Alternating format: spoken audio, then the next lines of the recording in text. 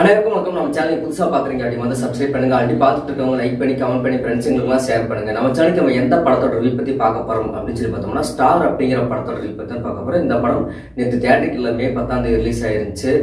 ஆக்சுவலாக இந்த படத்தில் யாரும் நடிச்சிருக்காங்க அப்படின்னு பார்த்தோம்னா நம்மளோட ஹீரோ கவின் நடிச்சிருக்காரு. இவங்க கூட வந்து அவங்க அப்பாவை லால் நடிச்சிருக்காரு. மற்றும் பாண்டியன் இன்னும் பல ஆக்டர்ஸ் இந்த படத்தில் நடிச்சிருக்காங்க.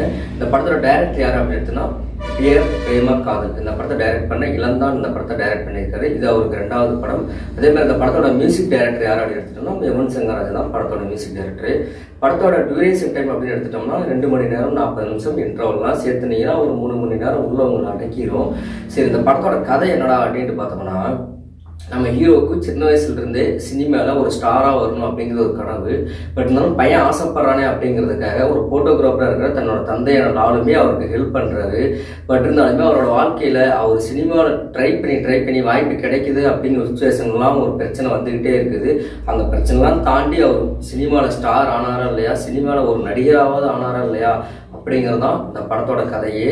எனக்கு தெரிந்த படம் அப்படின்னு சொல்லி எடுத்துட்டோம்னா பாசிட்டிவ்ஸ் அப்படின்னா படத்தில் எல்லாமே பாசிட்டிவ்ஸ் தான். ஆக்டிங்லேருந்து ஒரு சின்ன கேரக்டர் கூட ஒரு இம்பார்ட்டன்ட் கொடுத்து அடிச்சிருக்காங்க.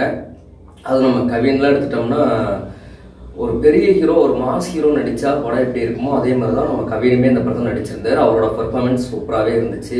ஹீரோயினாக 2 பேர் வருவாங்க.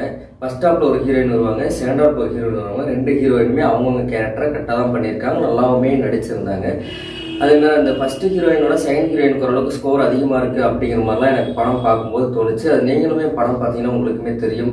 படத்தில் அதேமாதிரி தாண்டி சொல்லணும் அப்படின்னு நினச்சோன்னா அப்பாவை நடிச்ச ஆள் கேரக்டர் செம்மையாகவே பண்ணியிருந்தாரு. அதுவும் இந்த ஸ்கூல் சீன் ஆகட்டும் பெரிய சீன் ஆகட்டும் எல்லாமே நல்லாவும் பண்ணியிருந்தாரு. படத்தில் நிறைய சீன்ஸ்லாம் நீங்கள் பார்த்தீங்கன்னா சில சீன்ஸில் உங்களுக்கு வந்து ரியாலிட்டியாக ஒருவேளை இந்த சீன்ஸ்லாம் டைரக்டர் நடந்திருக்குமோ அதான் படத்தில் வச்சிருக்காரு அப்படிங்கிற மாதிரி தோணும்.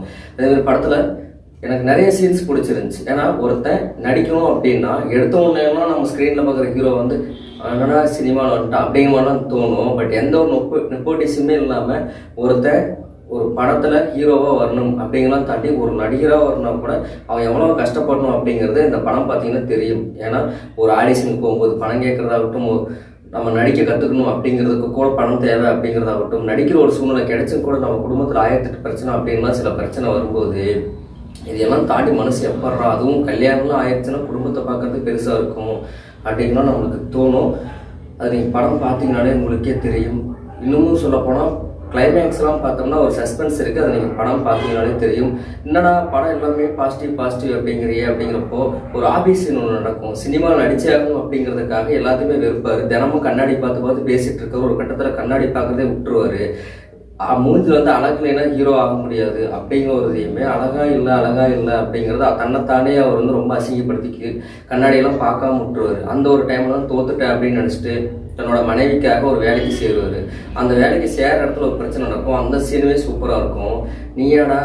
நீ டைரக்டர் ஆகிட்டியா, நீ எல்லாம் நடிக்கக்கூடியாடா அப்படின்னு சொல்லுவார். அந்த சீனுமே படம் பார்க்கும்போது உங்களுக்கு தெரியும், நல்லாவே இருக்கும். பட் இந்த படத்தை நெகட்டிவ்ஸ் அப்படின்னு எடுத்துட்டோம்னா எனக்கு தெரிஞ்சு சில இடங்கள் என்னடா கவின் ஓவராக பில்டப் பண்ணுறாரு அப்படிங்கிற மாதிரி தோணும். அது ஃபஸ்ட்டு ஒரு 1/2 மணி நேரத்துக்கு அப்புறம் உங்களுக்கே படத்துக்கு இதுக்காக அந்த பில்டப் தேவைப்பட்டுருந்துச்சு அப்படிங்கிற மாதிரி தோணும். இந்த மாதிரி படத்தில் வந்து நிறைய சீன்ஸ் தேவையில்லாத சீன்ஸில் வச்சுருக்காங்க.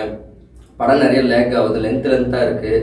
பட் இந்த 2.25 மணி நேரம் படத்தை ஒரு 2.5 மணி நேரத்துக்குள்ள எடுத்திருந்தாலும் இன்னுமே நல்லா இருந்திருக்கும். டைம் இருந்துச்சுன்னா பாருங்கள், படத்தில் எல்லாமே சூப்பராக தான் இருக்குது. லேக் மட்டும் இருக்குது அப்படிங்கிறது நான் ஒத்துக்கிறேன். டைம் இருந்துச்சுன்னா படம் பாருங்கள். பார்த்துட்டு உங்களோட கமெண்ட்ஸ் எல்லாம் கீழே கமெண்ட்டில் போடுங்க. மீண்டும் அடுத்த வீடியோ சந்திக்கும் வரை அனைவரும்